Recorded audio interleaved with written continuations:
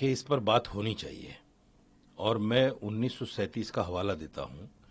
1937 में जब उस वक्त के हमारे जो बड़े आलिम थे, मौलाना अबुल कलाम आज़ाद, मौलाना हसरत मोहानी, उन लोगों ने जब इस वंदे मातरम के पूरे गीत पर जब एतराज़ किया तो कांग्रेस ने 1937 में एक रेजोल्यूशन पास किया और ये कहा कि हम सिर्फ पहली 2 लाइन गाएंगे आज़ादी के वक्त में, आखिरी का गीत, आगे का गीत नहीं गाएंगे। और पूरी आज़ादी के टाइम में 2 लाइनें गाई गई, पहली 2 लाइनें, आखिरी 2 लाइन, बाद की 2 लाइन, जितनी भी लाइनें हैं वो नहीं गाई गई। इसलिए पहली 2 लाइनें गाने में कोई ऐतराज़ नहीं है। दूसरा ये है कि देखिए, मुसलमान ऐतराज़ नहीं करता इस पर, नहीं करता। आप गाइए, मन से गाइए, खूब ठाके से गाइए, क्या दिक्कत है उसमें। जब हम संविधान को पढ़ते हैं तो संविधान का 19 आर्टिकल ये कहता है कि आपको अभिव्यक्ति की आज़ादी है, आप जो चाहे कह सकते हैं, जो चाहे नहीं कह सकते हैं। आर्टिकल 25 पढ़िए आप, आर्टिकल 25 ये कहता है कि आपको अपने धर्म पर अमल करने की, प्रचार प्रसार करने की आज़ादी है। तो जब हमारे धर्म से इसकी कुछ लाइनें आड़े आती हैं उसके, तो हमें संविधान आज़ादी देता है कि हम उसको ना गाएं। प्लस सुप्रीम कोर्ट ने ये कहा है कि अगर कोई आदमी राष्ट्रगान के लिए भी ना खड़ा हो, राष्ट्रगान तो राष्ट्रगीत से बड़ा है, राष्ट्रगान के लिए भी अगर ना खड़ा हो तो उसको देशद्रोही नहीं कह सकते आप।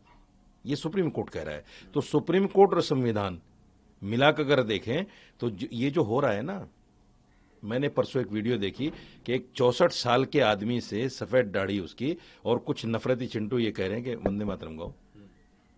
उसने कहा नहीं, मैं तो नहीं गाऊंगा। इस पर झगड़ा जो लोग कर रहे हैं वो संविधान, कानून, सुप्रीम कोर्ट की अवहेलना कर रहे हैं, उनके खिलाफ कार्रवाई होनी चाहिए। जहां तक पहली 2 लाइनों की बात है तो साजिद रशीदी भी गा सकता है, क्या क्या हर्ज उसके गाने में। वंदे मातरम सुजलाम सुफलाम मिले यज शीतलाम, मैं गा रहा हूं उसको, फख्र के साथ गाऊंगा, क्योंकि हमने आज़ादी में भी गाया है। ये एक सूत्र में बांधने का एक नारा था। तो कुछ लोग इसका विरोध क्यों करते हैं, वंदे मातरम नहीं गाएंगे, हमारे लिए कुछ और है, ऐसा क्यों करते हैं? देखिए, इसमें आगे की जो लाइनें हैं उसमें मुल्क को, धरती को एक देवी बताया गया है और ये कहा गया है कि तू ही हमारे दुख हरण करेगी, तू ही हमें नफे नुकसान पहुंचाएगी। ये हमारी आस्था के खिलाफ जाता है, क्योंकि हम ऊपर वाले को, अल्लाह को मानते हैं कि वही दुख देने वाला है, वही सुख देने वाला है, उसी की हम पूजा करते हैं, इबादत करते हैं। उसके अलावा हम किसी की इबादत, किसी की पूजा नहीं करते हैं। कल प्राइम मिनिस्टर क्या बोलेंगे इस पे?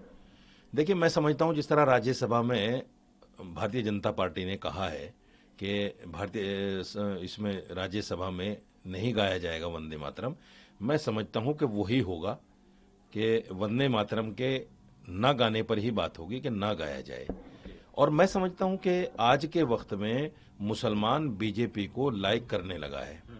अगर बीजेपी चाहती है कि मुसलमान लाइक करे, मैं ये नहीं कह रहा हूं कि आप खुल के उनको, आपकी तो नीति और नियत ही नहीं है कि मुसलमान को साथ लगाओ, लेकिन कहीं ना कहीं दूसरी पार्टियों से त्रस्त होकर मुसलमान कहीं करीब आ रहा है। अगर उनको, आपको लंबी पारी खेलनी है, मेरी एक सलाह है, अगर लंबी पारी बीजेपी को खेलनी है तो ऐसे मुद्दों को दबाना पड़ेगा।